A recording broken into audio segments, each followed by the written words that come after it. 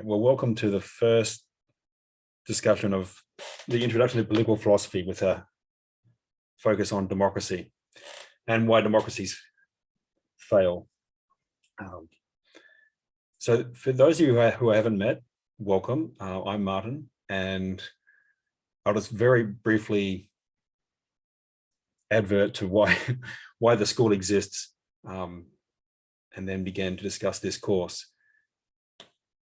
So we set up this course, the school, because we're convinced by the teaching of classical philosophy that understanding the truth of things is one of the fulfillments and perfections of human nature. That's one reason. And secondly is that we live in a world, the modern Western world, and increasingly the modern global world, that is the direct product of modern political philosophy and modern natural science, the modern project, which has these two elements. And so to understand ourselves and our fundamental alternatives, we need to think through the basic philosophical questions on the one hand, and then how they've been answered differently by the ancient and modern philosophers in order to understand our full situation.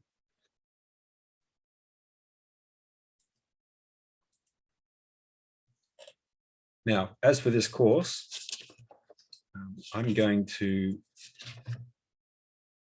share my screen and show the handout just to discuss the basic structure, introduce some initial themes, and then we can begin to discuss some issues. So is that visible now? It's visible, but not showing. It's visible, Martin. Gone again. It hadn't saved the complete handout, and I'm just going to have to very briefly get the correct one.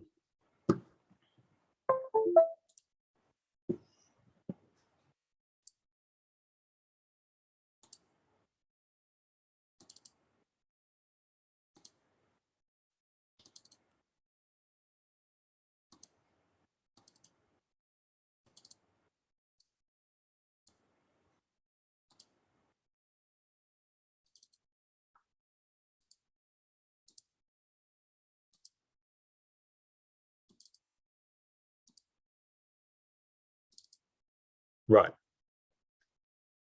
Now I think you can see your first page. Okay. So because what I want to do is make as clear as possible the intentions of the major political philosophers, so we can see their understanding of democracy, what it is, how, to what degree it's a legitimate regime or the most legitimate regime, and then why it departs from its principles and fails.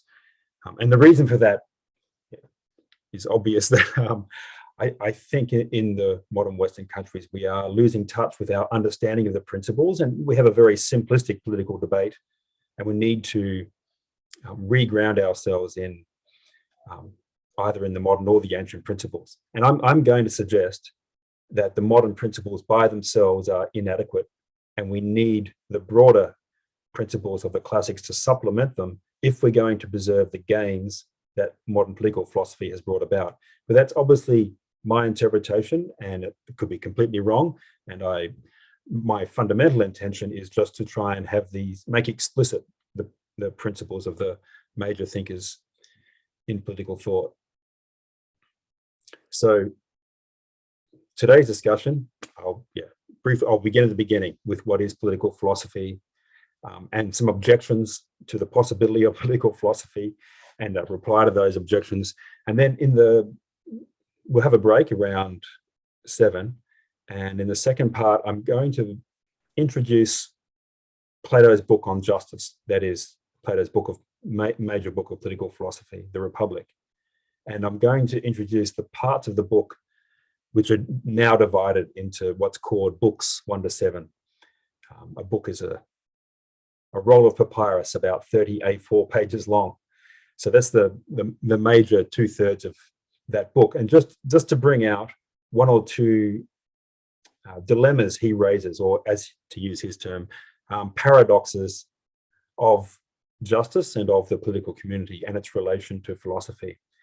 And so Plato basically is posing the problem of political philosophy, which is given our understanding of human nature, there appears to be a tension between individual, in his view, between individual excellence and civic excellence.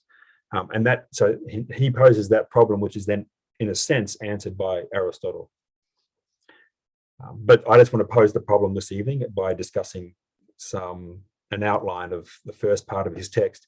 And then next week, I want to examine much more closely what he says specifically about democracies and why they fail. And if you look at this handout on the text column, I've given an outline of the whole stretch of text that we have in view. In this case, books 8 and 9 of the Republic, where Plato discusses the various kinds of political regime. But there's a particularly, and I've put in bold, 562a to 569c. And those are references, fairly universal references to Platonic texts that sit in the margin, and they provide an exact and universal page numbers to all the texts that have them, most of which do. And that's the particular passage on how a democracy can turn into a tyranny. So that's, and then the middle class will be on Aristotle, who provided a comprehensive political science, but also he was the first thinker in any tradition to posit that there is a political science that is separate from other sciences. There's cosmology, biology, logic, and so on. But there is a science of human affairs devoted to the traditional question of political philosophy, which is what is the best regime and what is the best human life. And the particular chapters in the politics we'll look at are those that discuss, first of all, that very broad claim he makes that the human being is a political animal because the human being is the animal that has speech or reason. And by the political animal, he means the animal that flourishes, excuse me, in a polis, in a political community. And we'll look at the chapters particularly about democracy, which I've put in column 3 there. Okay, and then we will turn to the moderns,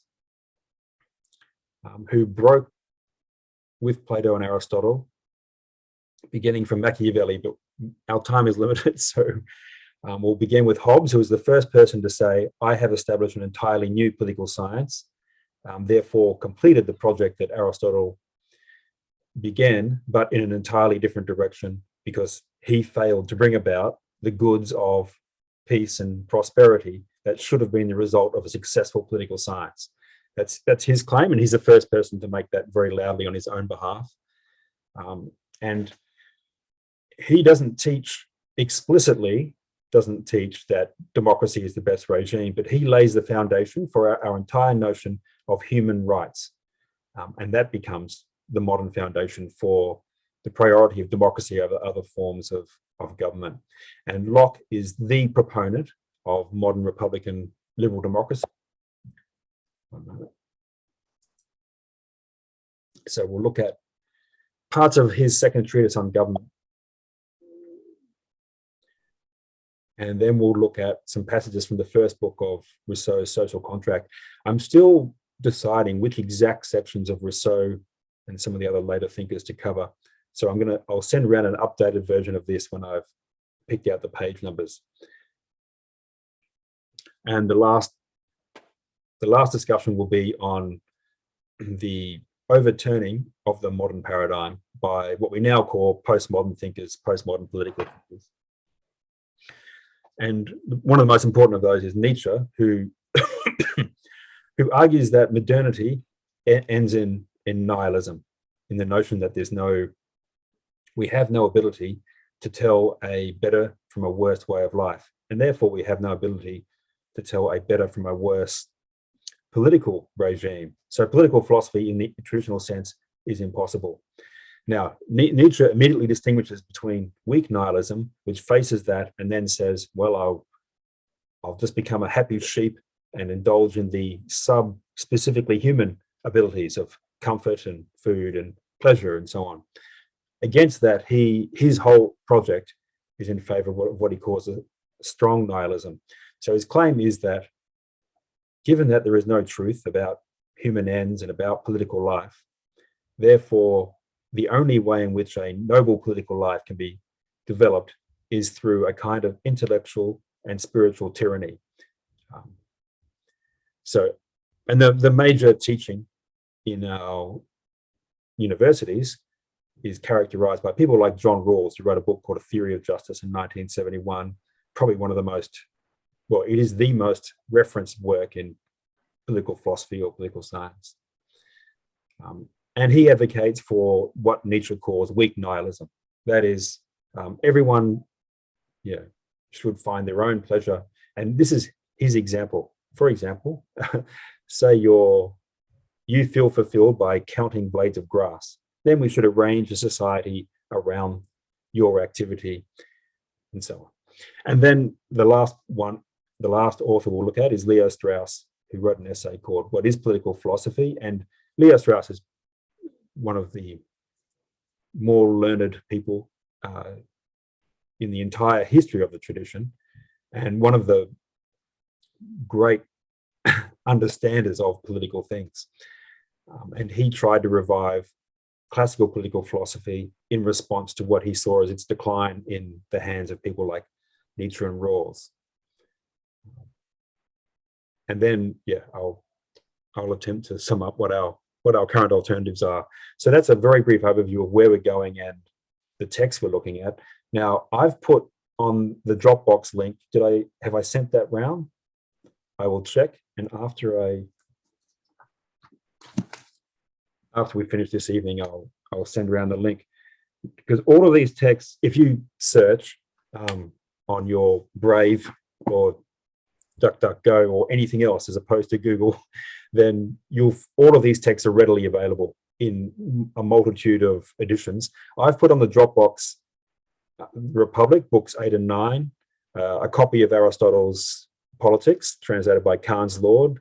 I've put a copy of the Leviathan, a copy of Locke's 2 treatises, and the first book of Rousseau's Social Contract. I'm going to put on the excerpts that I picked for Nietzsche and for Rawls, and I have already put on the essay by Strauss, What is Political Philosophy? So that's the link here, so I can copy that and put it into an email later, but that's the link if you want to come back to it to find any of those texts. But as I say, like you can find all of them readily, and I've given you what I hope are the universal ways of finding them. So Aristotle's Politics, and that's book 1, chapter 2, and book 3, chapters 6 to 7. So please just let me know if any of this causes confusion, or if you can't find something, and I'll send you something. So that's the basic structure. Are there any questions or difficulties? I'm afraid thanks, Anson. Yes, I realized that when I got to the bottom of the page.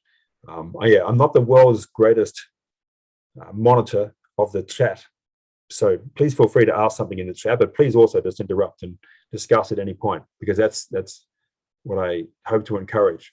There's a deep truth in the classical notion that we have a kind of intellectual intuition on the one hand, and then we have discursive thought. And when we're trying to impress our intuitions and impressions into discourse, we don't fully understand it until we've made that second step. And that's why I think asking questions or making objections is very helpful for both of us. So I'll begin at the beginning. What is political philosophy? And this is fairly easy from the tradition, beginning with Plato and Aristotle, which the question is, what's the best regime? Now, regime is probably not a word that has the best sense in English, but it just means what is the best form of government. The reason why regime is preferred by some people, for example, by Leo Strauss, who I mentioned just before, is that the regime refers to not just an institutional arrangement. It refers to fundamentally a way of life. So when Aristotle discusses democracy, monarchy, and aristocracy, he is discussing three different ways of life because the authoritative element in a political community will determine the way of life for the whole city. And I mean, you know this from your own experience that we live in a democratic community still to some degree. And that means that there are certain great benefits we get from that. There is a certain respect due and often given to us just because we are a citizen. And there are certain things you don't get, like we don't have great poetry, we don't have our literary and artistic and philosophical attainments are not those that appear in more aristocratic communities. So the character of your political community is determined by its ruling element. And that ruling element can be identified, and this is the classical point of view, as certain specific human beings. It's either the king, the aristocrats who have the land and determine the character and the rights of everyone else, or it's the people as a whole. And so I've just provided a brief quote from the Ethics here, which I'll try and explain before, because it's in Aristotelian reverse rhetoric. So the fundamental question of political philosophy is, what's the best form of government or regime? And that question depends upon a prior question: what is a good human life? For the following reason. For the classics, a good regime will make people happy and excellent. The traditional version of that is happy and virtuous, but virtuous has a kind of musty, dust-covered impression for us, unless you're reading 19th century novels all the time, in which case it's understandable, but it's changed its sense. Whereas arete or virtus in Greek and Latin would mean to the speakers of those language, first and primarily perhaps, the courage of a hoplite in the front line of a phalanx fighting the Persians. In a 19th century novel, virtue is much more likely to mean the modesty of a woman. So that there are these nuances that have shifted the understanding of virtue for various reasons we can discuss. So the prior question is, what is the human good, or what makes for human happiness? So Aristotle, who I'm taking as the primary classical teacher on political philosophy, writes two books which are, and this is his term, his philosophizing about human affairs. The first one is the Ethics, and that poses the question, what's human happiness? And the second one is the Politics. So having answered the question on human happiness, he can then proceed to the question, what form of government, what regime will most bring about human happiness and human excellence? And so I have this quote from the Ethics where he says, the laws pronounced on all topics, it's another point where I'll correct this for spelling. The laws pronounced on all topics, aiming either at the common good, the common benefit, or the benefit of the best, or of those in authority, or it aims at being in accord with virtue, or it has some other aim.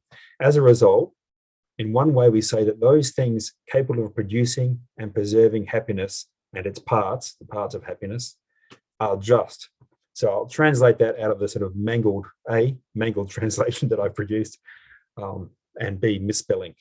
So, and this is a thesis that Aristotle alludes to and makes directly in a number of places, which is that human beings have a happiness which is related to their nature, a natural fulfillment.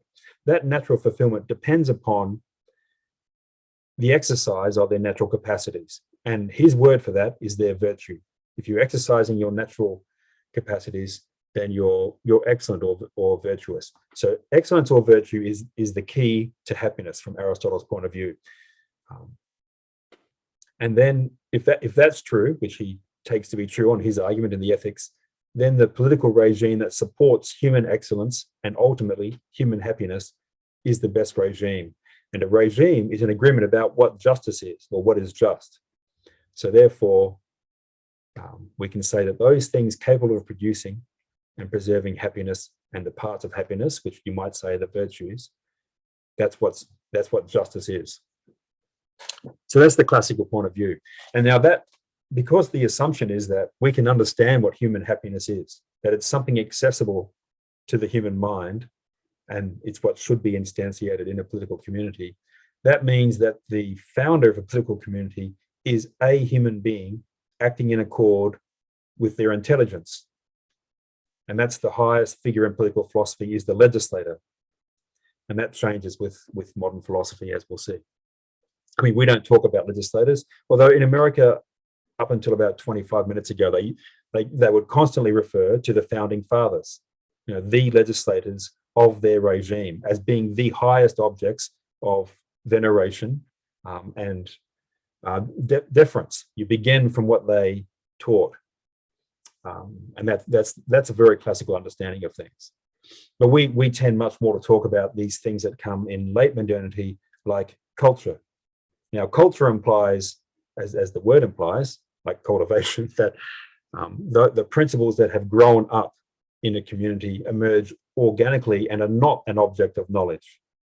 So that's a basic difference between the sort of late modern understanding and the classical. Please interrupt at any time with questions or objections if I can clarify anything as I skip through these.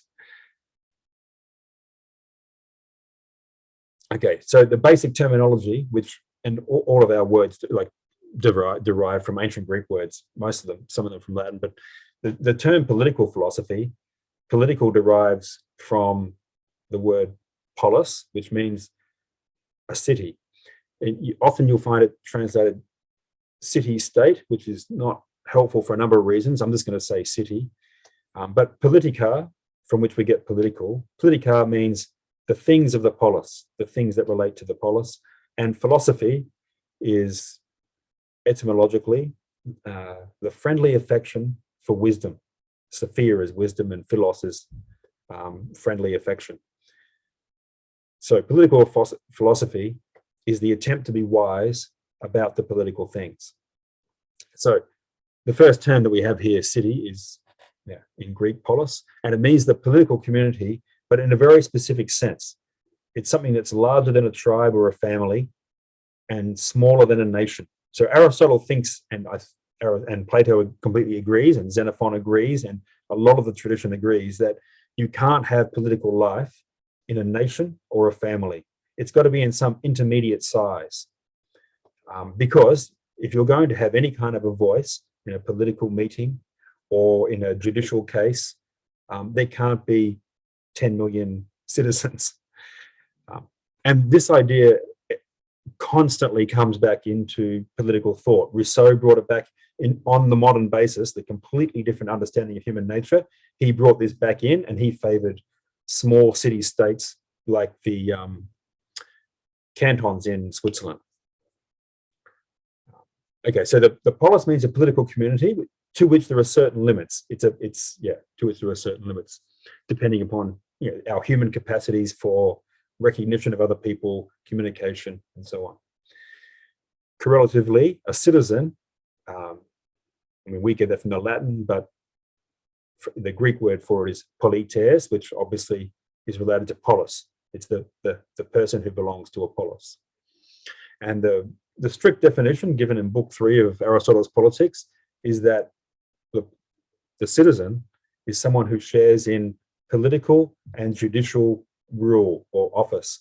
And that's not far off from the modern tradition of a citizen, again, until about 17 seconds ago, where that's changed. But you would consider two fundamental aspects of our political either right or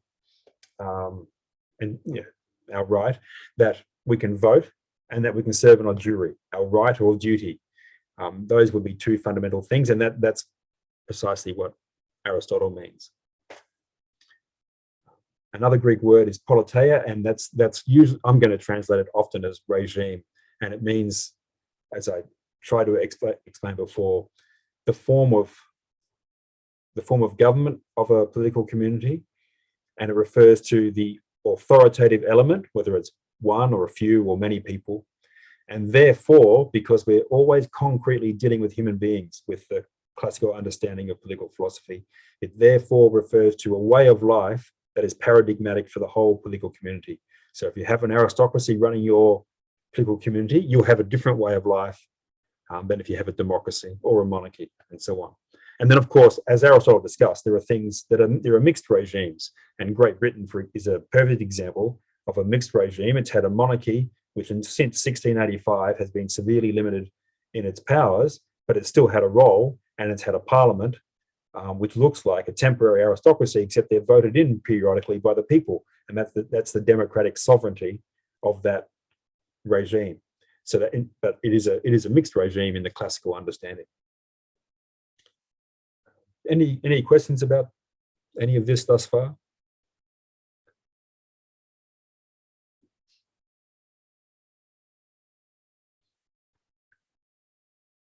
I thought I'd start from the point of view of an objection to this course, and I do this because of my own experience teaching. I taught only for about 4 or 5 years in a government department, because most of my teaching has been in philosophy departments. But it was very helpful to understand where political science is now. And I already knew from teaching in a philosophy department that, first of all, most students, undergraduate students, so they're therefore, the ambience of our time, do not think there is any such thing as the truth. And if you do think there is such a thing as the truth, then that makes you slightly immoral. Now, I say this on the basis of teaching in Boston, whereas I had friends who taught in Texas, and they had a completely different experience. They had the opposite experience, that if you didn't say that there was such a thing as the truth, then you were immoral. But my experience in teaching in about 5 different universities in Australia and a couple of different in the States is that your normal undergraduate class is a little bit affronted and shocked by the notion that there could be any truth. Why? Because the truth is relative to your historical epoch, culture, ethnicity, your linguistic background, and so on. And the moral offense comes from the assumption that if there were to be a truth, then someone would try to impose that on someone else, and that would be wrong. And it's a perfectly understandable impulse, but it has bad consequences. On the one hand, you can't defend your own position because there's no truth. Just one question on that, Martin. So a response to that might be that for a long time now in the West, we have assumed that democracy is better than other forms of rule, and the people on the left and the right in modern democracies would say that it is true. That like there's about 200 countries in the world, and it would be better if they were all democracies, because democracy is the best form of rule. So does that qualify what you've just said, even though people don't perhaps make arguments about why it's the best very often? My suggestion was that if you want to say there's no truth, then you're not going to be able to justify democracy or any form of political regime, right? In fact, you're going to have a hard time justifying your own view. If you say all truth is historically relative, then that means that truth is relative to your epoch, which means that in another epoch, they actually may understand the truth. So it's the same with people who argue that all truth is relative to the language you're speaking, which raises the question, first of all, how is translation possible? But secondly, that means that truth is relative only to your language. And maybe there's a translinguistic truth that you aren't able to comprehend because of that limitation. I'm not saying these are not refutations of these points of view, but the most common point of view I have encountered in teaching anyway is that the truth is relative, and it's not a thesis arrived at by considering the history of philosophy. It's a thesis arrived at on the moral basis that to say that there's a truth is dangerous, because then people will try to impose that truth on others. Whereas I would say something like what you are saying, I suggest, would be more helpful, which is that you might want to argue that a democracy which allows for a plurality of views is more suited to human nature, which can't know absolute truths and impose them politically, and is more just, therefore, etc., etc. You could make some argument like that, but that would be based upon the aspiration to know the truth. Another question, if I may. Yeah. When you encounter that in those classes, do they distinguish the domains in which they say there is no truth? I mean, I assume they wouldn't say 2 and 2 does not equal 4. More recently, yes. Science of engineering is relative. More recently, they will say 2 and 2 and 4 is culturally relative. Really? Yep. And the reason why people find these views persuasive is because there's nothing to them, because there are societies without mathematics, and there are societies that have an entirely different mathematical understanding than we do. For example, the Greeks and everyone post Descartes. And so there is a world in which mathematics has a significance and a meaning, and the notion of mathematical truth has a significance and a meaning. And people have made arguments that it's that world that's prior to the mathematical proof that you want to perform that lends things their significance. And so therefore, significance is culturally relative. I don't agree with this, but this is the kind of thing that's become very, very popular. And I think it's inevitable once you say, well, I won't, we'll leave that for later. Okay, so that would make political philosophy impossible, because there's no transcultural, translinguistic understanding of human things. And also, there is an objection that it's wrong. Because it represents just one view, which is very weird, because if you look at the tradition of political philosophy from Socrates through Muslim philosophers like Al-Farabi, Avicenna, and Christian philosophers like Aquinas, Jewish philosophers like Maimonides, you've got a fairly diverse set of backgrounds, which can't be reduced to any one particular anything. But anyway, we have become not particularly learned recently, and one of the results of that is we're allowed to make transcendental judgments of people's background. And the other objection is that in the tradition, they are either explicitly anti-democratic, and Plato and Aristotle both have a critique of democracy, or they're insufficiently democratic, which is now everyone up to and including John Stuart Mill, for example, because the standards have become extraordinary.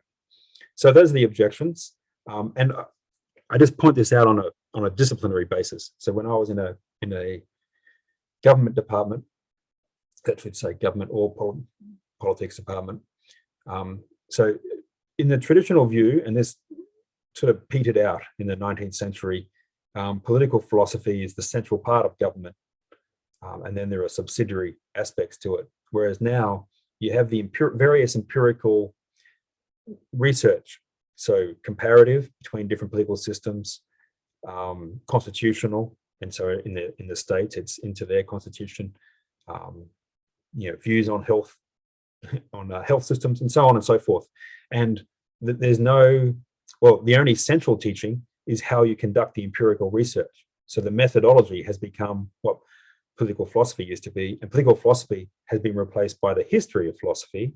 And that if you're looking at something as a history, you mean a series of opinions which we now no longer hold. That is a series of untruths or errors. So I just produce that as evidence that political philosophy is no longer considered to be possible or right in its original sense. So I'm going to try to make some justification of that original sense. So first of all, my objection to those objections is that they're self-refuting. I mean, if you say everything's historical, then your own thought is historical. And then you have two alternatives. You can either say, and that's because we've reached the end of history and the truth is now visible to us. And that's, That's what Hegel's teaching is, and that's what Fukuyama taught when he wrote a book called The End of History and the Last Man in 1989, just after the fall of the Berlin Wall. So he thought that we've come to the end, and liberal democracy is the end of history, of which we now have full knowledge. Now, those objections also, that everything is relative to these things, also imply that we cannot reason about human ends. That is, what is good or bad in all of the various senses that human beings experience, what's just or unjust, noble and base, beautiful and ugly, profitable and unprofitable, beneficial, disadvantageous, and so on. Human ends for which we do everything else, and therefore political life.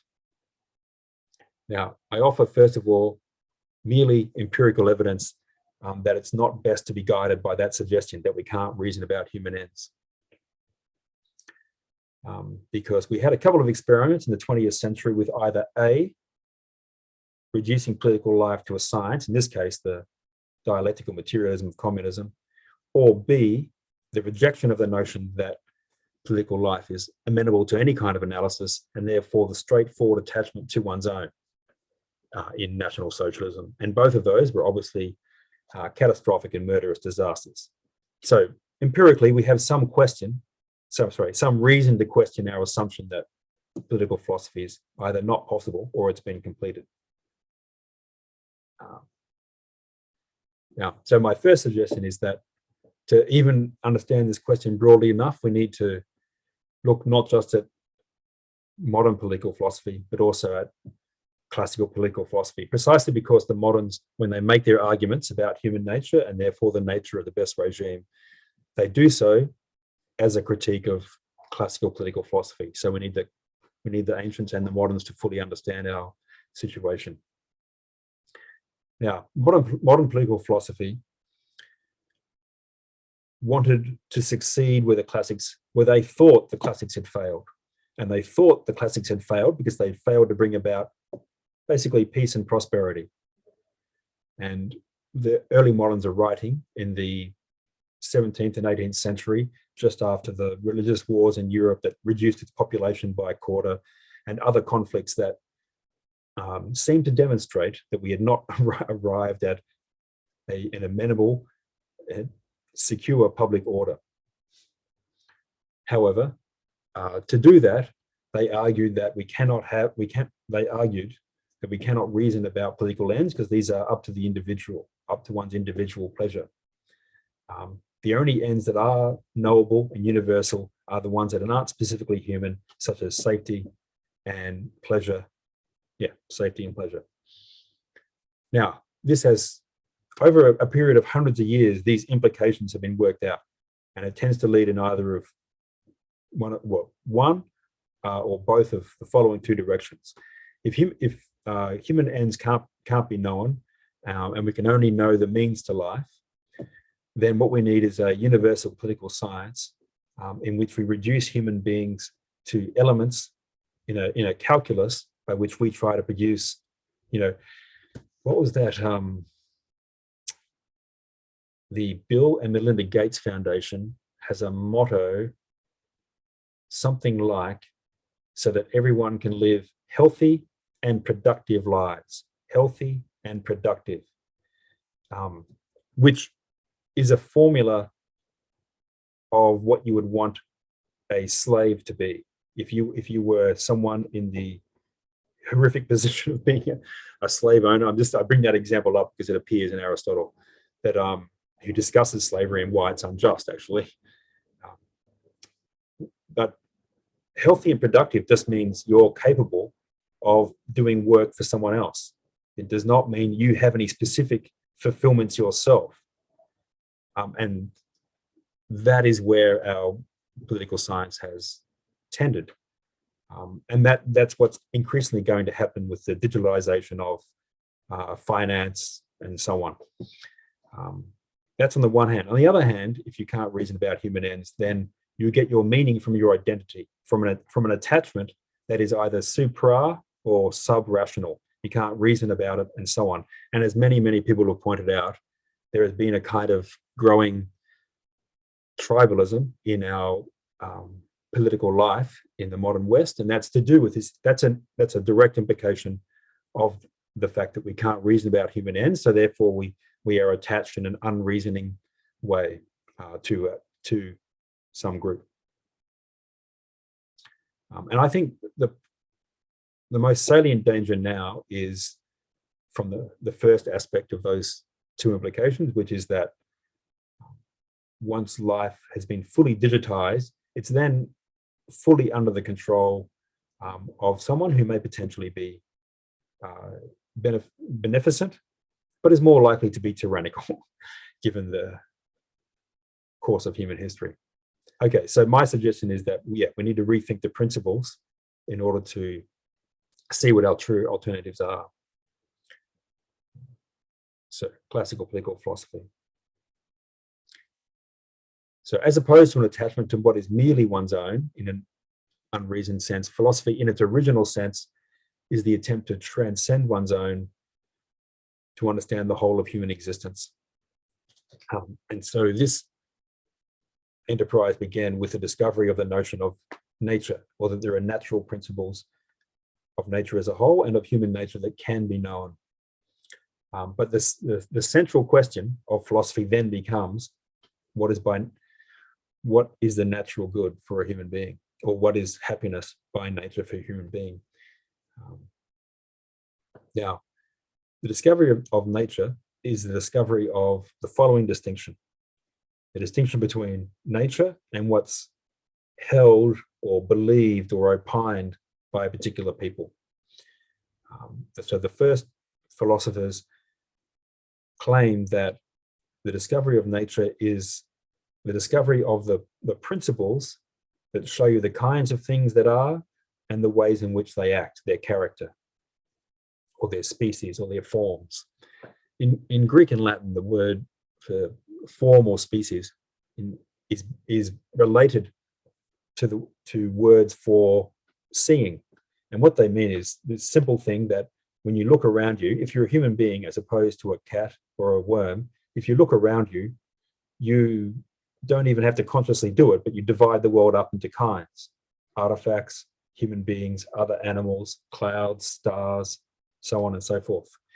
So that capacity is, from the classical point of view, that's an intellectual recognition of the actual division of things as they are into their species, which comes from a Latin word for kind, or eidos, the Greek word for form or kind.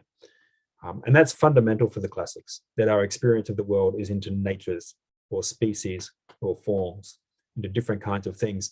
And that means that they can give an elevated place to the human being and its kind of activity, and therefore its kind of political union.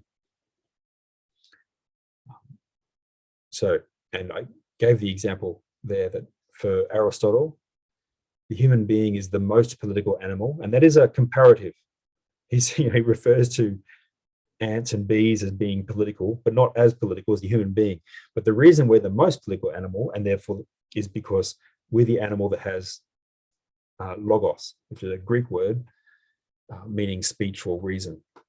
So because we have that capacity, we are able to develop a community that is higher than the community of any animal, because we can share beliefs, or share the search for the truth, or share our observations. And that communion in speech is closer than the instinctive communion that animals have, despite the fact that it's obvious that animals have very, very strong attachments. That's an unthinking attachment to one's own, whereas with the human beings, an entirely different kind of communion is possible. Now, so in this view, we have a natural capacity and therefore a natural perfection. Can I just ask, Yep. Martin, about language? And this is a question that's come up to me in previous courses. So language is something that is natural to human beings and distinguishes them from the other animals. Because if you don't speak a language, you're not a human being, basically, apart from those, poor people who have, no brain or whatever. So language is natural, but everything made with it or done with it in a way that is unnatural, because you make a sentence about establishing a new regime. So that's a kind of a weird thing, isn't it? That language is so utterly natural and unique for humans, but what we do with it is, sort of subject to our will and choices. Yes, but from this point of view, from the classical point of view, our will and our choices take place in the context provided by a natural standard. So if there is a happiness that's in accord with our abilities, then our language will be a partial and more or less better actualization of that potential. And so therefore, some languages will be better than others at articulating genuine human experience.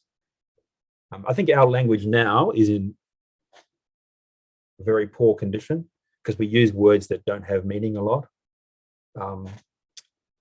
Due to very great thinkers like, say, Nietzsche or Heidegger, we use words like values that have no meaning and can't be given a meaning to express ourselves, whereas the classics are much closer to concrete political speech.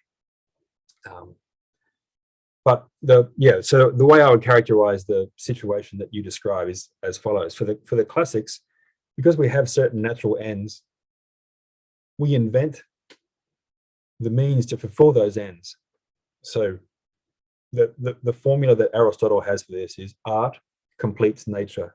Someone had to invent a language, and a language is always going to be finite, partial. It will only give you one perspective. It doesn't have a total perspective. Other languages will have other perspectives, and others will show you things that you couldn't have seen, and so on. So art completes nature always, only to some degree. And that's a fundamental classical teaching. And that was actually the next point I wanted to make, that political life, which depends upon the shared conviction or opinions of a people, will always be more or less in accord with our nature. So more or less just, more or less true, and so on. Now, that means that there'll be a tension between the life devoted to knowing the truth, which questions those convictions, and the political life, which depends upon the shared convictions. And I'm going to read a couple of excerpts, the first of which will be very familiar for those of you who are in the last course, but it illustrates what I'm trying to suggest. So this is in Plato's Republic, where he's suggesting why there are 3 or 4 fundamental dilemmas of justice or of forming the best political regime. And this is one. So he says, unless philosophers rule as kings in the city, or those now said to be kings and ruling powers genuinely and sufficiently philosophize, and unless political power and philosophy and the many natures making their way to each, so that there are people's natures or inclinations are making them head either towards power or towards wanting to know the truth. Unless they should be forcibly prevented, then there is no rest from evils for the city, nor, in my opinion, for humankind. So he uses a word here that I can't translate, but that means they fall together. Unless political power and philosophy fall together, or as he says here, unless they're forcibly brought together, then cities will always have a certain amount of evil as well as a certain amount of good in them. Cities will always be more or less good. And so the point of his book, The Republic, is to give you the genuine principles of politics, to show why they're in tension, and therefore not provide a solution. You yourself have to make develop your own view of what would be the best practicable solution in your time and place. That's his teaching. But which is the opposite of abandoning the principles and saying, because the principles can't be fully transparent to the whole society, therefore there are no principles, which is a more postmodern thesis. Okay, so Plato, there is a tension between power and the desire to know the truth. And then, yes. In that quote, in the third line, is the dash in the wrong place? Actually, thank you Should for it be between separately and should? It's not grammatical otherwise. Yeah, no, it's not grammatical, and thank you for pointing this out. What it should say is, it should say this: unless political power and philosophy and the many natures making their way to each separately are forcibly prevented and fall together. Look, there's got to be a way of putting that in semi-elegant English, and I have failed to do so. I'll retranslate it and put it, and when I send the updated handout around. Thanks. Yeah. So what he's fundamentally saying is that you would have a perfect city if there was a coincidence of power and the desire to know the truth, and you won't have that by nature. By nature, that's those things are in tension. But that's as part of an aspiration to know the principles so that we can govern ourselves as best we can, given our limitations. Now, Aristotle, when he expresses the purpose of his book on political philosophy, the Politics, says, since this is in the beginning of book 2, so he's already made a lot of progress, but he says, since it is our intention to study the sort of regime, political community, that is superior to all others, for those human beings capable of living as far as possible in the manner one would pray for. So in modern language, we have a rabbit that eats my folders, and he's just knocked over a pile.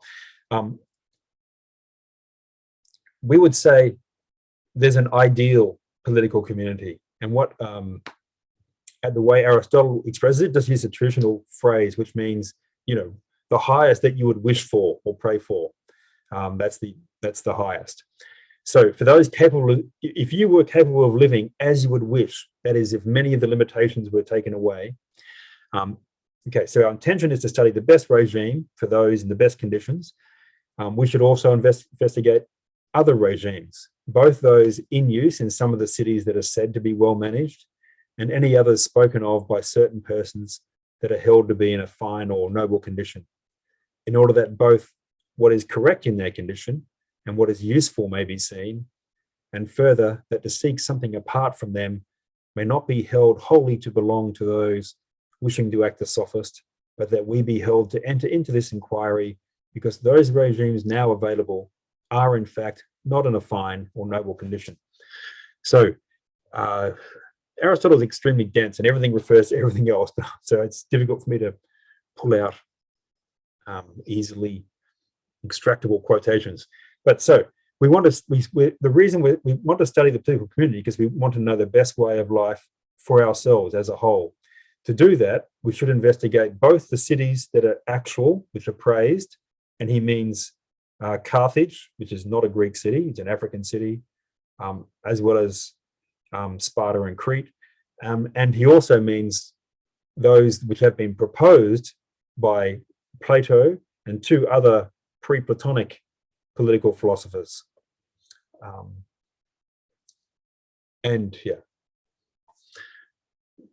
So that's his beginning point. We want to find the best regime, and the way we do that is dialectically, by engaging with other thinkers on the same topic and with the reality of what those regimes which are most praised are like. So the result of this is that both Plato and Aristotle are attempting to argue for what the best regime is, to use a Platonic phrase, in speech, or to use the Aristotelian phrase, according to prayer, like the best, that if things worked out in the best way possible. And the critique of that from the modern point of view is that all you're doing, Bacon expresses this by saying the classics invented, plans of life that were like stars. They're very high, in fact, they're so high that they shed little light and warmth on us. So what we need is something more practical. And this, I've tried to express this by juxtaposing a couple of sentences from the Republic with a sentence or two from Machiavelli. Now, in the Republic, which I'm going to describe in more detail, who's in it and what's discussed in it after we come back from a break, which we'll take shortly. But within it, the main character that is Socrates, who is Plato's figure of the philosopher, and his main interlocutor is this young man, Glaucon, who, by no coincidence whatsoever, happens to be Plato's brother. So Plato's brother Glaucon is talking to Socrates about justice, and Socrates says, weren't we making a paradigm of a good city in speech? That is, not necessarily that it can happen. And Glaucon says, quite so. And Socrates says, do you suppose we're speaking any less well on account of that? On account of that, if we should be unable to demonstrate, and again, that's a typo, that it's possible to found a city as we were speaking of. Let's make a note of that for correction. So are we wasting our time if we're not showing that it's possible? That is, if we can uncover the principle of political life, whether or not we can fully instantiate it, isn't that still a valuable task? And Glaucon's in agreement with that. Now, the modern political philosophy takes its starting point from the opposite intention, as expressed by Machiavelli in chapter 15 of The Prince, who says that since my intent is to write something useful, right?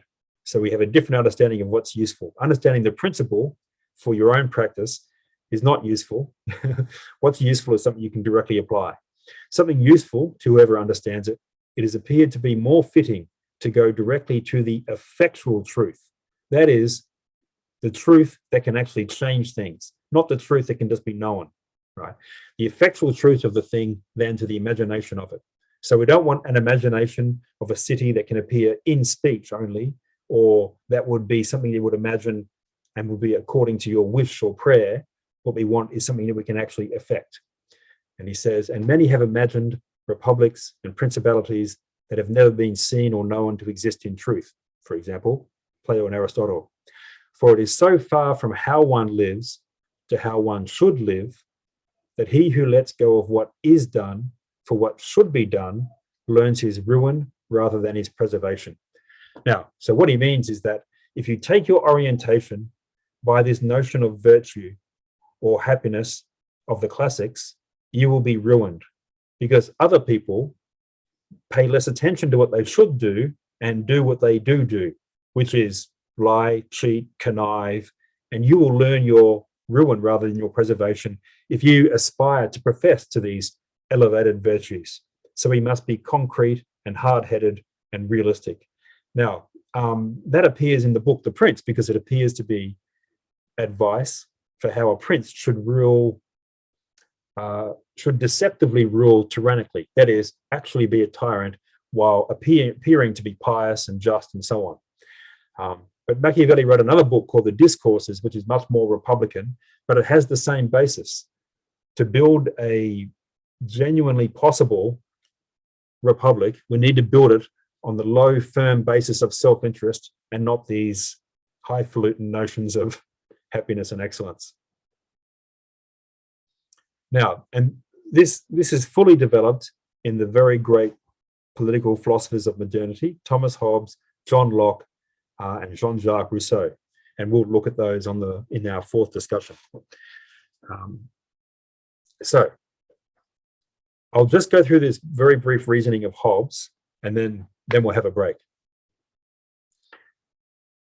So modern political philosophy begins with this break that Machiavelli initiates, that there's no positive good to aim for. We're trying to avoid bad things, right? And if there is any good, it's merely your private pleasure, your individual taste. To you, that's what, yeah.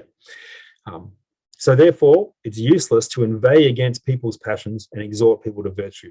Instead, we have to find a powerful enough passion to counteract the antisocial passions, so that people are led to reason that their passions will be satisfied better if they become law-abiding and adhere to a social contract.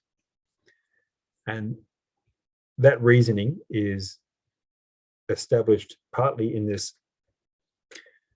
couple of quotes by Thomas Hobbes. And maybe if we'll come back and we'll have a look at that and then start to discuss the rest of this. But are there any questions about anything thus far that I can address before we have a break? A comment, Martin? There's in management speak, there's a phrase that the perfect is the enemy of the good. It takes you to Chesterton's expression, if a thing's worth doing, it's worth doing badly. I was taught at one stage by a Jesuit who thought if a thing's worth doing, it's worth doing perfectly. And there is that tension, isn't there? Yes, there's always a tension with what you can actually get done, but the modern version leads to the view that you give up your standards in order to be effective. That would need infinite elaboration and defense, but that's my suggestion, and we'll look at Locke in detail on his own terms when we get to him. But ultimately, it undermines our highest aspirations, whereas what we want is to be aware that you can't bring about perfection, and the attempt to bring about perfection might be entirely destructive. But without an understanding of what your perfection would be, you can't bring about the best situation possible for you here now. That's the classical view. Yeah, whether or not it's true, of course, another question.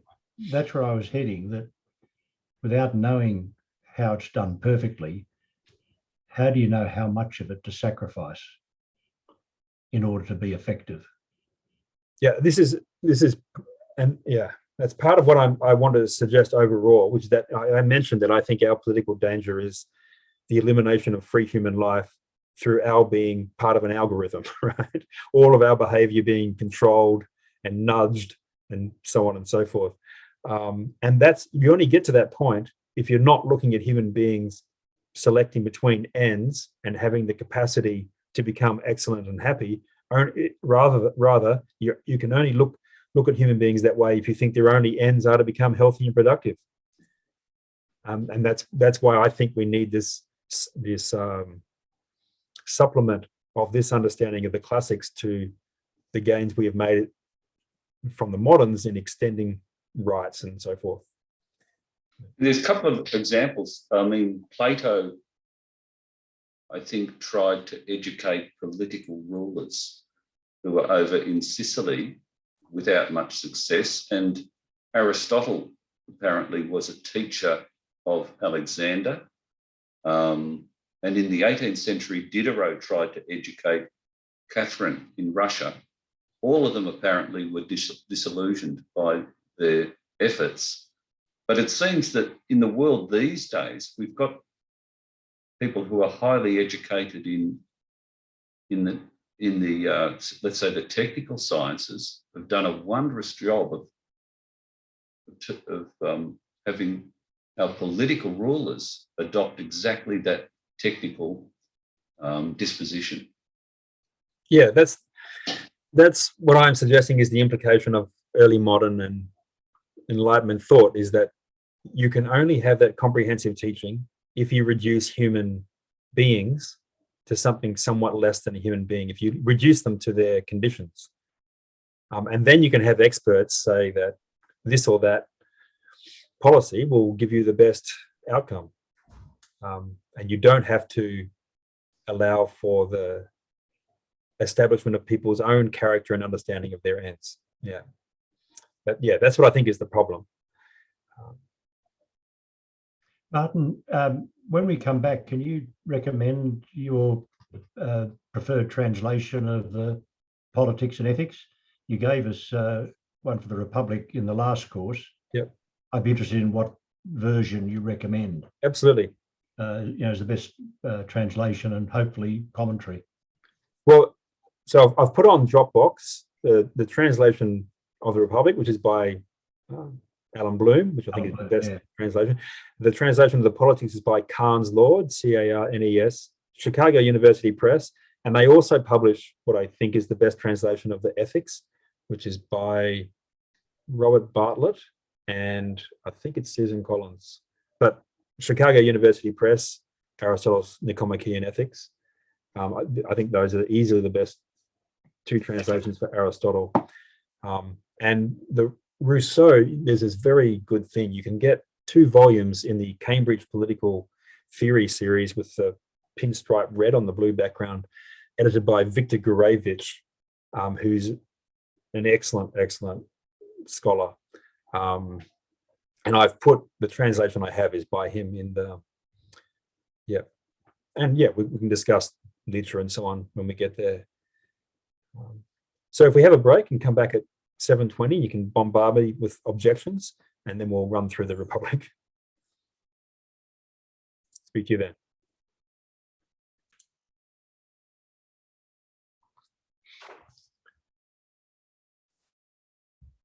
I'm just going to read and discuss this Hobbes quickly, and then move on to the Republic. So Hobbes is responding to the classical view that the human being has a mind that can understand its ends, what's good and bad, noble and base, just and unjust, and so on. And also that the mind itself constitutes an end, that just the life of the intellect alone is also one of our fulfillments. Reason is not just an instrument producing other goods like self-preservation and comfort. This is the view that that he is responding to. And he says there are 2 principal parts of our nature, reason and passion. They who have written of justice and policy, which in his time means politics in general, do all invade each other and themselves with contradiction. And true, that's true. So by the time that Hobbes is writing, you have Aristotelians, Platonists, Neo-Platonists, Thomists, and so on and so forth. So one of the things that many of the early moderns say, Bacon, Descartes, Hobbes, and so on, is that we have a confusion of teachings about the most fundamental things. What's the truth of nature? What's the best regime? And that's a proof that these people have failed. And so we will start again on new foundations.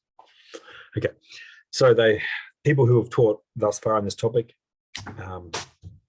invade each other with contradiction. To reduce this doctrine to the rules and infallibility of reason, there is no way but first to put such principles down for a foundation as passion, not mistrusting, may not seek to displace.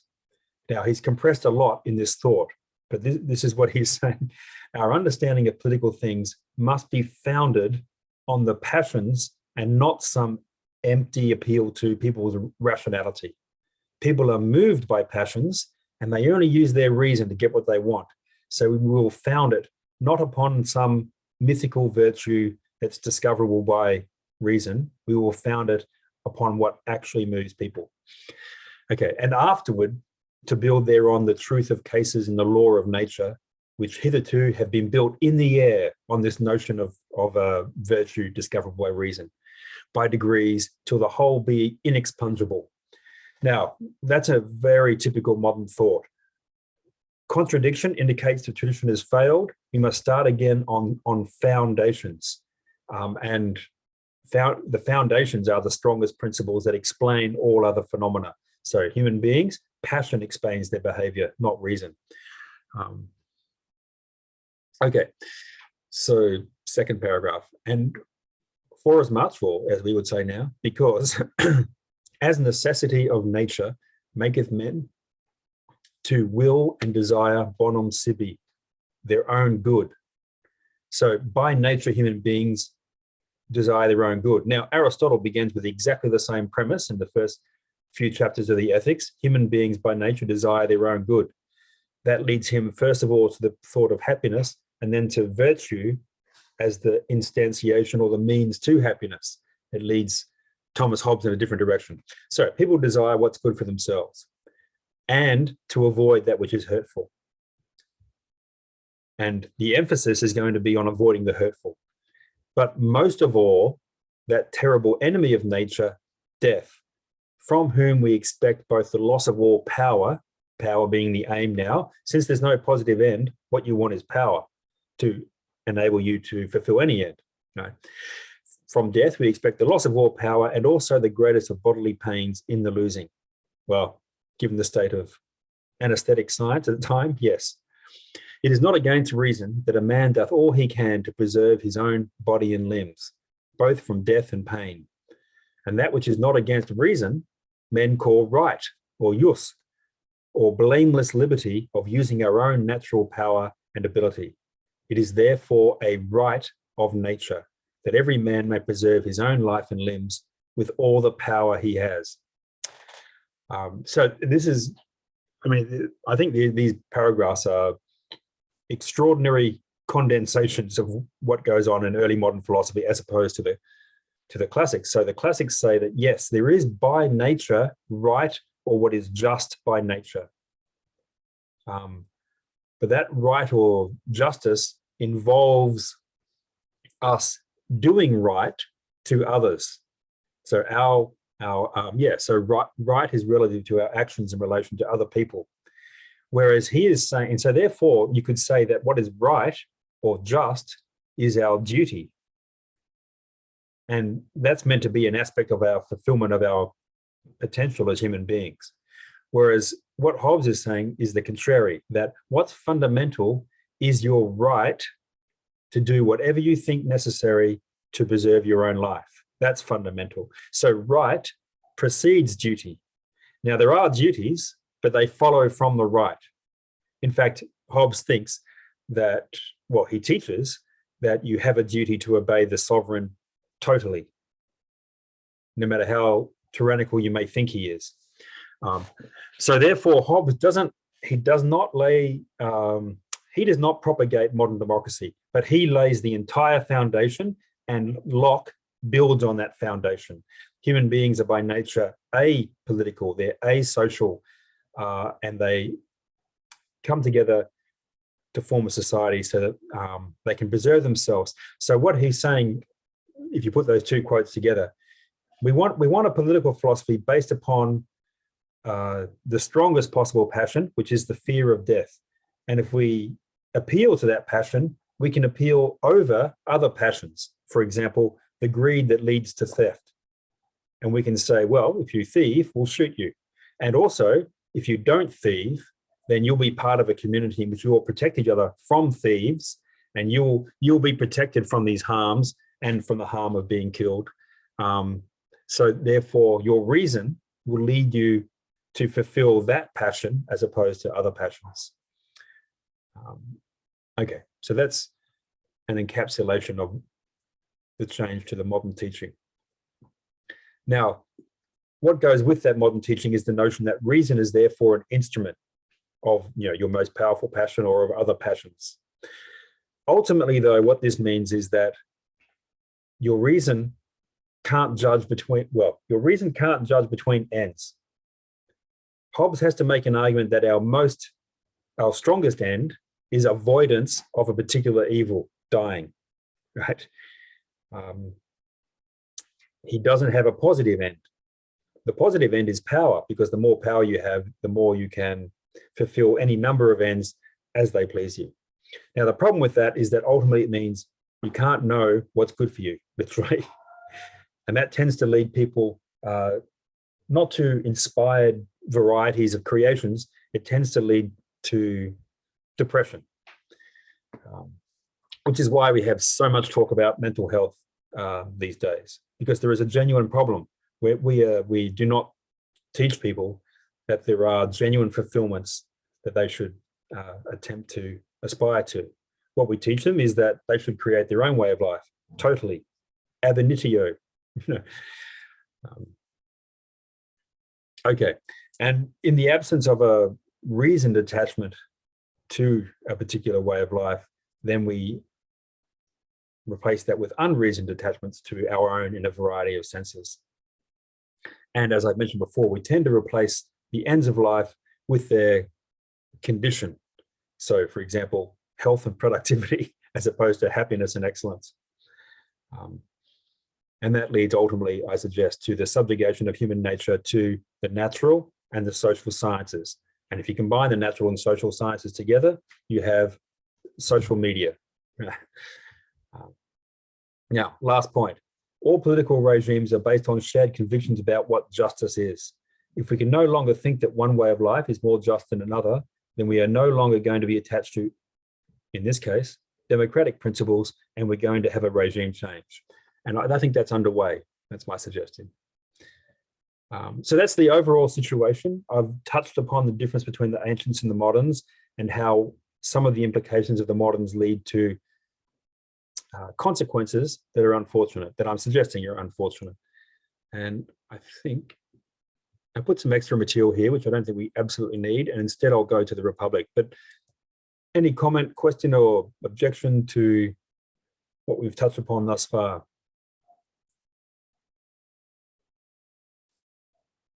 Sorry, this is a really basic one that probably everyone knows except me, but I'm going to ask it anyway. What philosopher do you start modern when you say postmodern, modern politics, what times precisely are we? Sorry, I should have done this more clearly, but I'll do it here.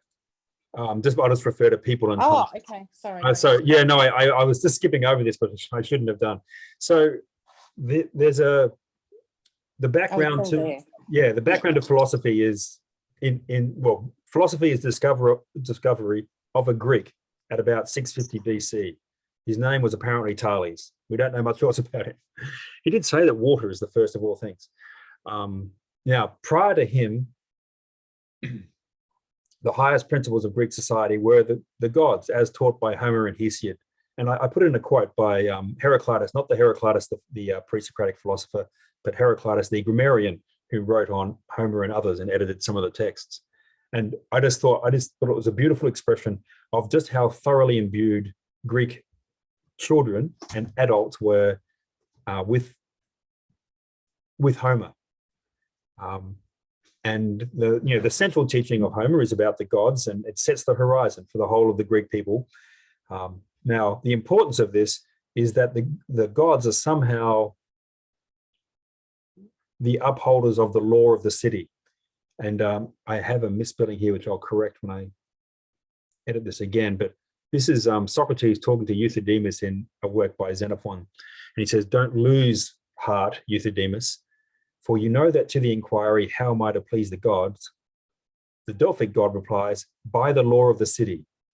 And everywhere, I suppose, it is the custom that men propitiate the gods with sacrifices according to their power. How then can a man honor the gods more excellently and more devoutly than by doing as they themselves ordain?" So the joke, Xenophon's joke is that the oracle of Delphi actually comes from Apollo. And Apollo is telling you to honor the gods, but according to the law of your city, which might be different in Sparta than it is in Athens. But yeah, it's a Xenophontic joke, but it does refer to the fact that all peoples, and I think this goes outside the Greek context,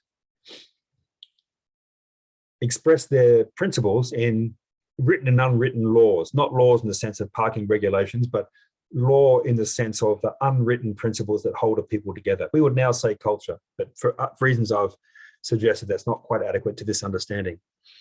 But those laws are sanctified by supra-legal or supra-lawful entities, the gods.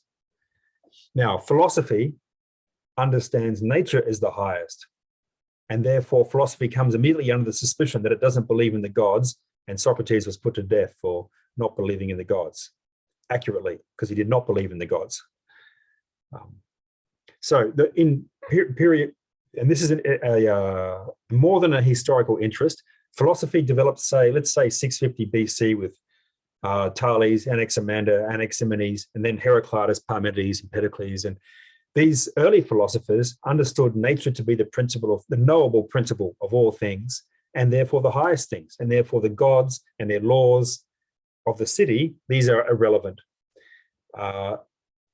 That changes with Socrates, which is why we now refer to those people as pre-Socratic philosophers, because Socrates turned philosophy around in a fundamental way that was then turned back in around 1650.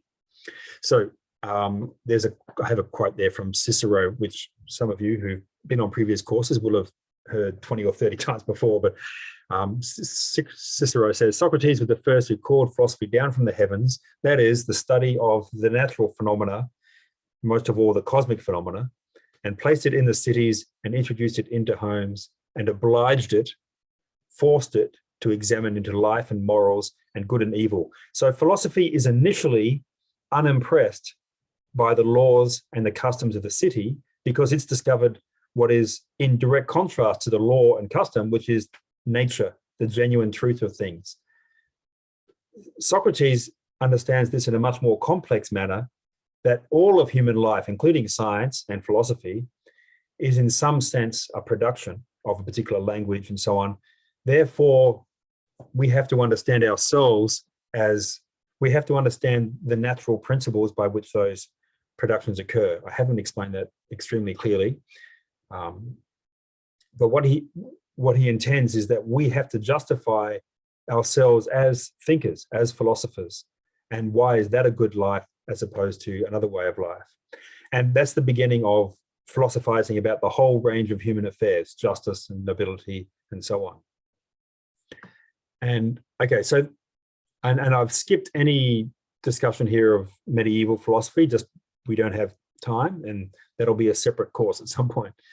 And then modern philosophy, political philosophy and philosophy as a whole is changed by what Machiavelli does in The Prince and the Discourses towards the end of the 15th and the beginning of the 16th century.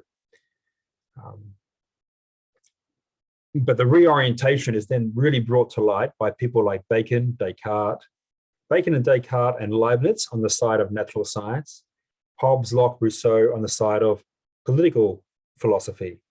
And it's important that these two are different because they all intended, all of the people who I have mentioned said we are going to refound all of the sciences and all of philosophy from the human things to the natural things. But they tended to succeed in only one or the other. So Bacon and Descartes and Leibniz had their greatest effect in natural science. Hobbes, Locke, Rousseau had their greatest effect on political philosophy. So, and that's a hint at why we now have this disjunction. We have an extremely powerful modern natural science that gets all the funding, and we have this apparently self-contradictory postmodern humanities that has rejected its own past and doesn't have a positive teaching. By positive, I mean it can't make any positive claims. I don't mean that as a metaphor for good. And I put the quote in there from Hobbes because it makes this fundamental point that distinguishes the ancients from the moderns. Whereas Aristotle says we're by nature a political animal, or by nature an animal that is fulfilled in a political community. Hobbes makes the contrary suggestion, and this is a famous passage, we may as well have a look at it. And he says, whatsoever therefore is consequent to a time of war, that is, in a time of war, where every man is enemy to every man, the same is consequent to the time wherein men live without other security than what their own strength and their own invention shall furnish them withal. And this is our natural condition. It's one of war. In such a condition, there is no place for industry because the fruit thereof is uncertain. You may sow, but you don't know if you'll reap, right? And consequently, no culture of the earth, no navigation nor use of the commodities that may be imported by sea, no commodious building, no instruments of moving, and removing such things as require much force, no knowledge of the face of the earth, no account of time, no arts, no letters, no society, and which is worst of all, continual fear and danger of violent death. And it's worst of all because in Hobbes' teaching, death is the worst thing. And the life of man, solitary, poor, nasty, brutish, and short. Now, he then goes on, it may seem strange to some man, for example, Aristotle, that has not well weighed these things, that nature should thus dissociate and render men apt to invade and destroy one another. So the opposite teaching is Aristotle, who says in Book 8 of the Ethics that all human beings, although he fully expects will all be in separate cities and very often at war with one another, all human beings have a kind of friendly affection for other human beings wherever they're from. There's a kind, because of our kinship as human beings. And in particular, the people of the same city have a natural affection for one another. So we're by nature people who flourish in a political community. And he's making the opposite point. Nature dissociates, nature doesn't associate us.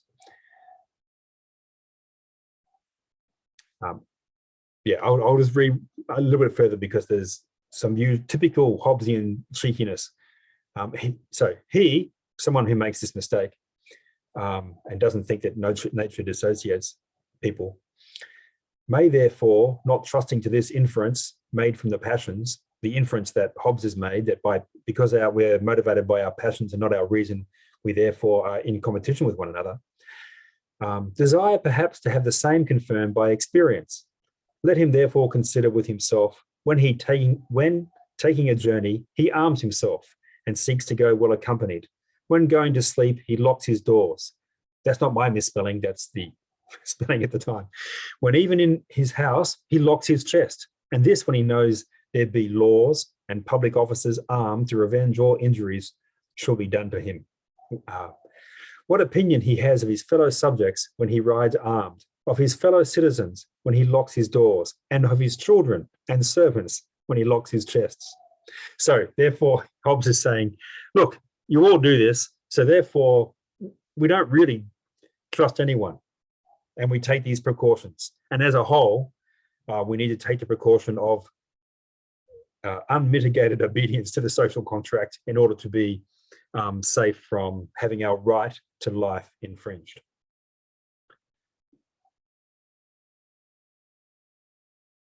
Okay, that brings us to Plato's Republic, which we will discuss in detail a few pages next week. And here I just wanted to make some very overall comments, which will be completely inadequate to the text, but just to set the scene. So I'll just mention the characters. So like all Platonic dialogues, it has a dramatic structure. In this case, Socrates, who's the figure of the philosopher for Plato, and Glaucon, who's the brother of Plato.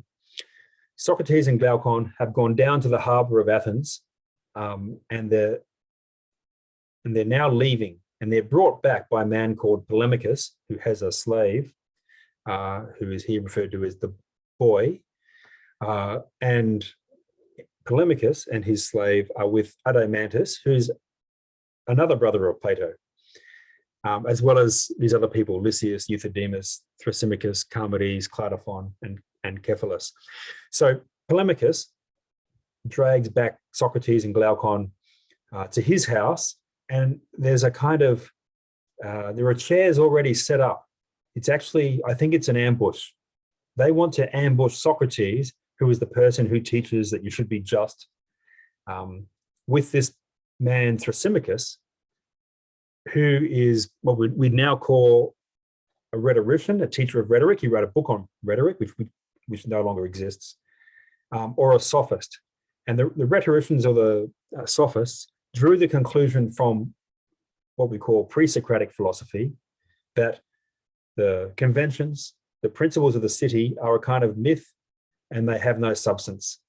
The truth of nature is the elements of things and pleasure, the pleasure that animals experience and human beings experience. So given that that's true, they don't draw the conclusion that the pre-Socratic philosophers drew, which is therefore the highest way of life is to ignore the politics of the city and to focus on understanding the truth. The highest way of life is to master the art of rhetoric, to manipulate the political community to get what you want. Right? And as a teacher of rhetoric, he is both provides that teaching and provides the skill by which others can become tyrants, essentially. So Plato's brothers, who we meet at the beginning of this dialogue separately, and these other people, they've set up this confrontation between someone who teaches that the stronger should rule, and the best way to be stronger is by persuading people to do your bidding. Between that and Socrates, who is notorious for teaching that human beings should be just. What he means by just is developed over the 360 pages of the Republic. So as I mentioned before, it's divided into 10 books. Each book is about 30 pages long in an English print, because the book originally refers to a papyrus roll. So we don't even know if he made the book divisions, but they do make sense though. So in this opening scene, Socrates confronts 3 opinions about justice that he refutes. The first is the old man whose house it is, who says that justice is giving what one owes and telling the truth. And Socrates refutes him by providing a counterexample. If someone lodges a weapon with you and they come to you mad, drunk, and wanting to kill someone, do you give it back to them? And Cephalus, who is not too keen on having a dialectical interrogation of his fundamental beliefs when he's on the threshold of old age, to use the phrase that Socrates uses about him, laughs and leaves. And that definition is left hanging and partially refuted. Then his son takes over the argument and argues that justice is helping friends and harming enemies, which is an expression you'll see in Greek poets like Sophocles or Aeschylus, and commonly in the Greek historians. And it's the definition of political justice. You help your friends, your fellow citizens, and harm your enemies. You fight your enemies. Now, Socrates develops an argument that makes Polemachus contradict himself, and he ends up having to concede that the good man harms no one in his virtue. A highly qualified statement, because it doesn't mean harm no one, because it may improve someone to harm them physically, say. But anyway, that's what happens. And then this sophist Thrasymachus enters the conversation, making his sales pitch. Justice is the advantage of the stronger, and the stronger in the decisive sense is the person who knows the art of rhetoric and who can manipulate the law to their own advantage. And Socrates, he exposes Thrasymachus to self-contradiction over a period of 8 pages, but he doesn't make him change his mind at all. Whereas the other two, Cephalus and Polemachus, can see problems with their argument. Thrasymachus is merely silenced. And so the real beginning of the Republic is the beginning of this second book, where Plato's brothers express dissatisfaction with Thrasymachus merely having been silenced. And they demand a proof of what justice is, and B, that it's good to be just. And they provide all kinds of counterexamples. Don't we see people who act justly being tortured and killed? And don't we see unjust people who are tyrants dying of old age in their bed and so on? So doesn't it pay to be unjust? And Socrates makes the curious response that he can't give them an answer. This is not a response that gets much attention in the literature. They just want to go to the answers in books 4, 5, and 6. But he initially says, I can't help you. And then he says, instead of giving a direct answer, how about we see justice coming to be in a city? So they decide to make a city in speech. And this city has several different stages, three main stages that we'll look at briefly here. First of all, he says the true city, and that's the city which is based purely upon human necessity. So the city that provides for all the goods of clothing and food and so on, it would be a number of artisans, people who have a technology. Now, that breaks down when Glaucon says that these people are living just like pigs. That is, they don't have tables, they don't have delicate foods, and so on. And so Socrates says, well, that means we're going to have all kinds of other luxuries. And then we'll also need an army, because we'll need to take more land. And so there's injustice somehow creeps in. In the establishment of a genuinely human city, there's also an act of injustice in taking land from someone else in order to be able to make these luxuries. But then Socrates begins, if we're going to require an army, we need people who are devoted completely to the city, that is, who are just in the conventional sense. And so they divide the city into those who are capable of being its guardians, and the artisans who will provide the goods that make the city. And then Socrates begins to educate the city, changing all of its myths, getting rid of all the Greek ones, and music and gymnastic are the basis of Greek education. So gymnastic meaning athletics, wrestling, boxing, and so on, and training to be a soldier, and music being especially the learning of poetry, as I had in that quote from Heraclitus, the grammarian, about how deeply imbued everyone is with Homer, which you experience as a musical performance. So they make this city that ends up with rulers who are extremely austere, and to make them totally dedicated to the city as a whole, Socrates says, well, they'll have to have no family, because if they're attached to their own children, then their loyalty to their fellow soldiers will be dissipated, and they'll have to have no private goods. And given that men and women have similar natures and inclinations, they differ on average. This is what Socrates suggests. They differ on average in their physical strength, but not in their capacity for thought, and their different natural inclinations and capabilities in certain areas. So men and women have the same jobs. And so that's part of the city, which I'm just going to skip ahead to develop. He calls these things three paradoxes of the best. And so they're trying to make visible the best political community in speech, and require these three radical deviations from anything that's been done before. The first is the equality of men and women. The second is the communism of the guardian class. So there's no family, there's no privacy, there's no private goods. And then the third is that philosophers would rule. And what's interesting is that the young men that Socrates is talking to, they go along with the first two because they think the argument makes sense. When we get to the third argument, they say, well, now you're going to have to prepare to be physically attacked and killed, because that's insane to make people who call themselves philosophers rulers, because they're mad obscurantists, the way you would consider just some ridiculous professor. I'm sure you can think of an example of a ridiculous Peter Singer, for example. Would you want Peter Singer in charge of your country? I don't think so. Okay, so these are three paradoxes that he develops, but he's been leading up the whole way to the notion that the guardian class, in order to be the actual best rulers, would have to be comprehensively wise about human beings and the city in particular. And so that means that they would have to study not just the virtues that they inculcate into the citizens, they'd have to study the highest principles of nature and human nature as a whole.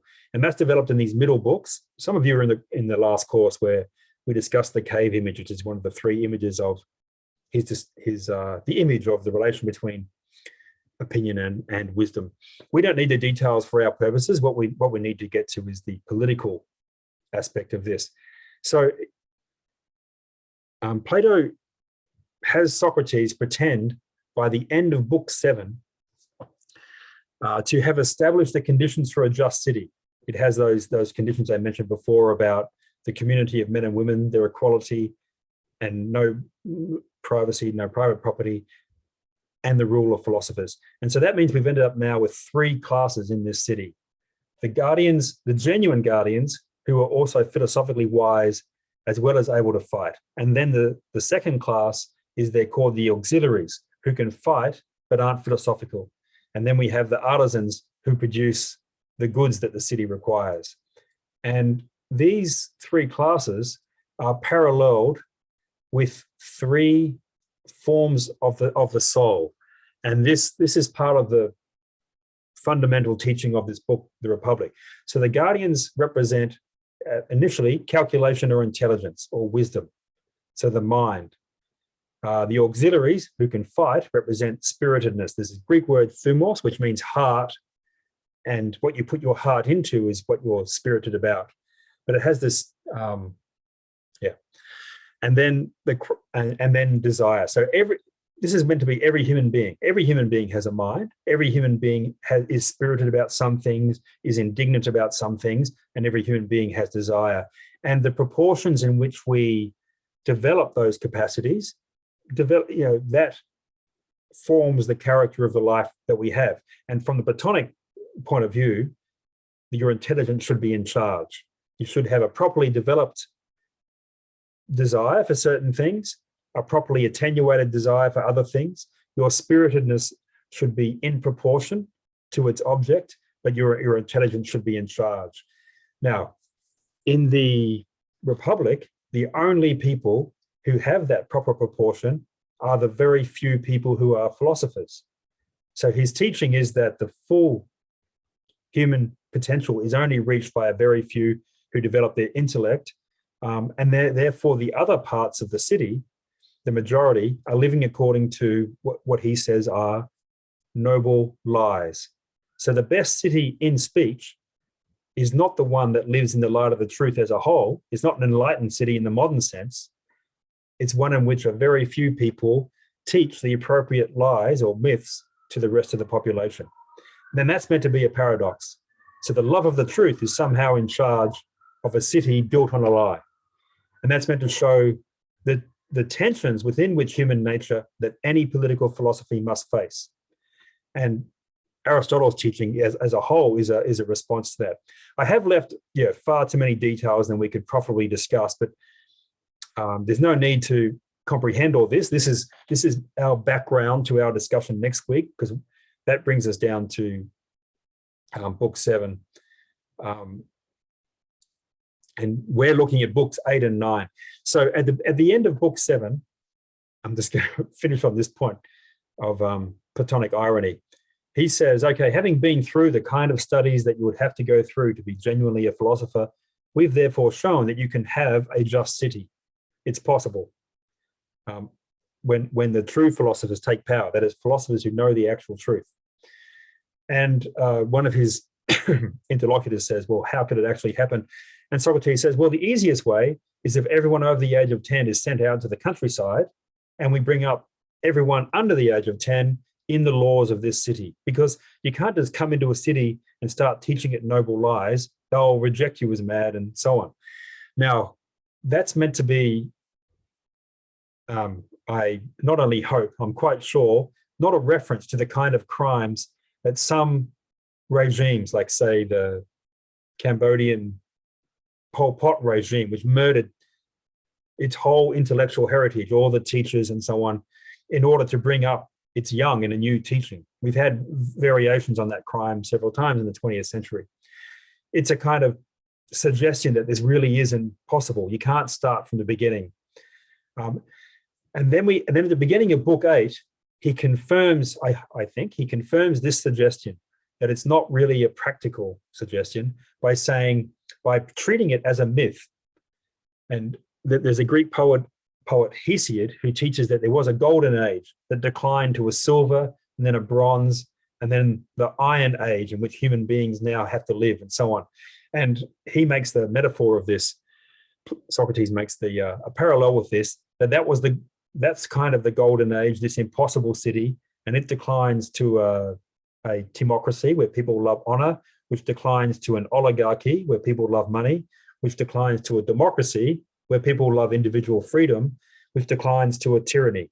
And we're reading the excerpts where he talks about the coming into being of the democracy, the character of the democratic human being, and how that democratic human being eventually gives way to a tyranny. Now, this is a myth. He's explicitly telling it as a myth. He's not saying all democracies become tyrannies, but it's his suggestion that the most powerful democratic tendencies, if not tutored, can lead to a tyranny. And I think it's very powerful. And you'll make up your own mind. If you have a chance to look at that section, if you can read books 8 and 9 during the week, that's fantastic. If you have no time to read anything, because you have a full life already, I entirely understand, because I'm living 17 lives at the same time. And I will, unlike today, I will produce more text that we can read through and discuss together. But if you have time to read, especially the bits in bold, that would be Very good. That does bring us pretty much to 8. I'll just stop sharing. So yeah, we can part, but if you have any questions, I'd be happy to address them. I'm just going to stop the recording at this point. Can I